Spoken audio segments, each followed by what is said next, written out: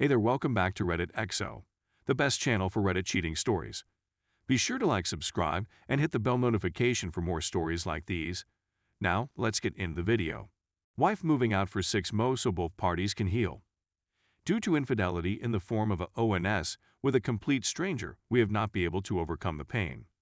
On my part, I had no motivation or wish to cheat or ruin our marriage prior to that moment. My wife and the counselor admit the woman knew what she was doing, but that doesn't absolve me. Got 3 years later, 2 years of counseling, 2 marriage conferences, and 1 specializing in infidelity later, and we are separating. I've been studying her so that I can better support her in grief. This called for a good deal of self-improvement work, change career to more stable hours. It is hard to humble yourself with a grieving spouse, so our job is to be as strong as possible. This year, she just got tired of fighting the pain. I felt it, slowly moving away yet yearning for me.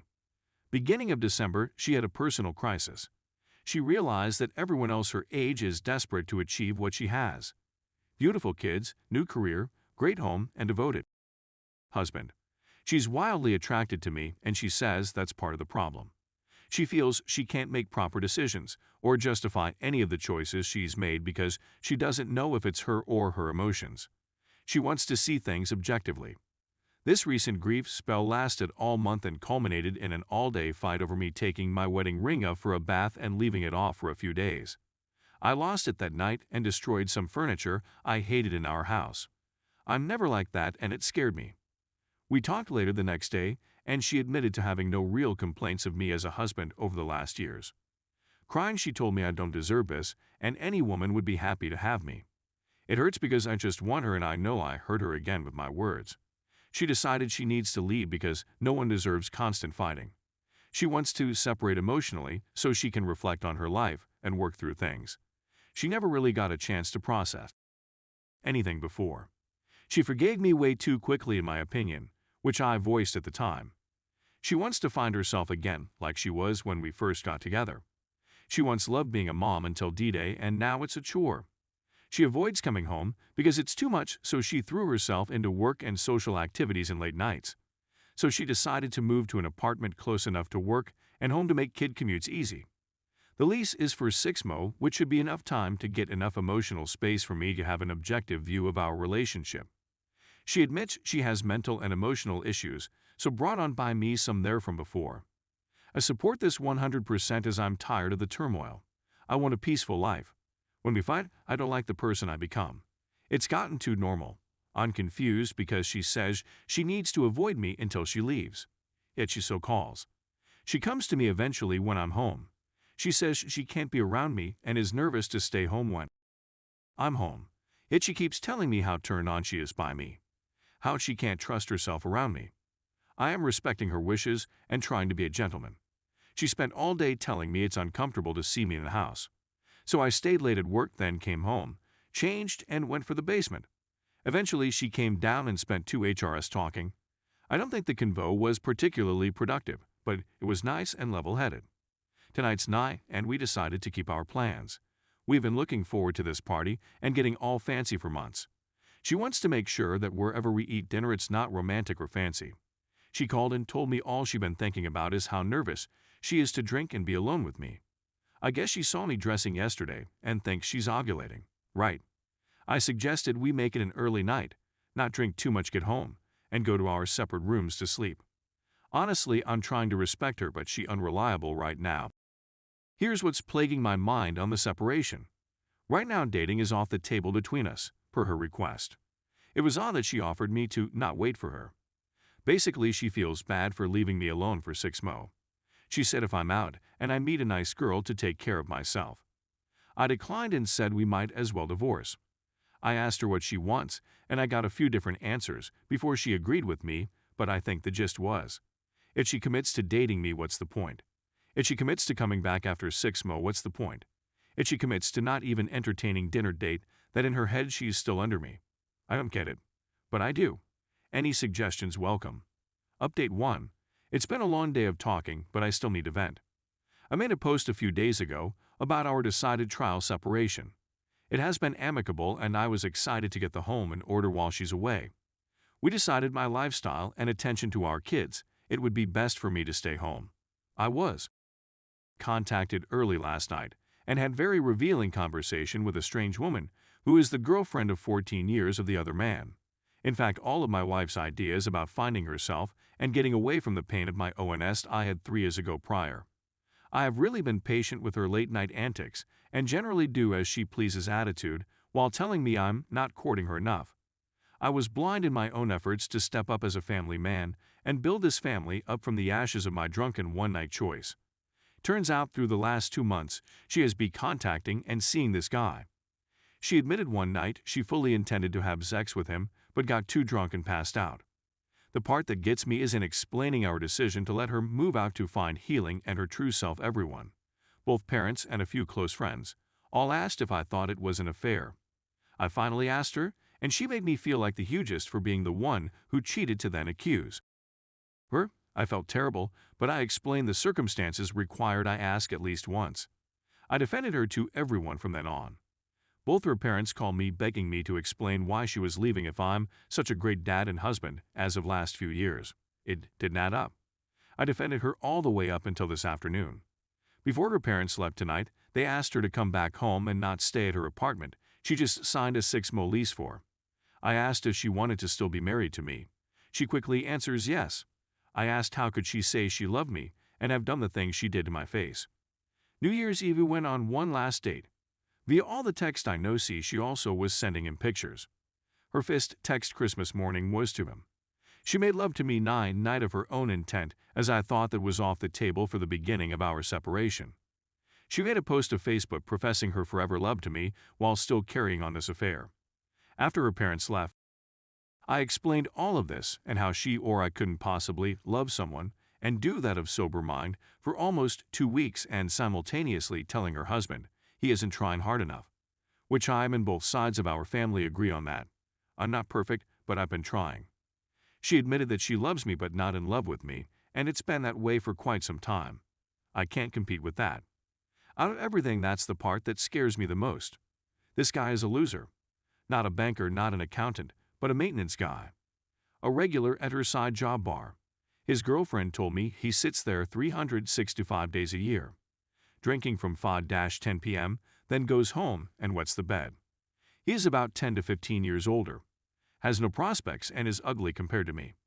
I don't want to toot my horn, but I'm in shape, handsome, great complexio, very personable, and I have a 65K job. I'm a dedicated father and learning as I go to be handy around my house. If I want to get a date with her, I have to plan babysitters and take her downtown or somewhere special for a fancy night.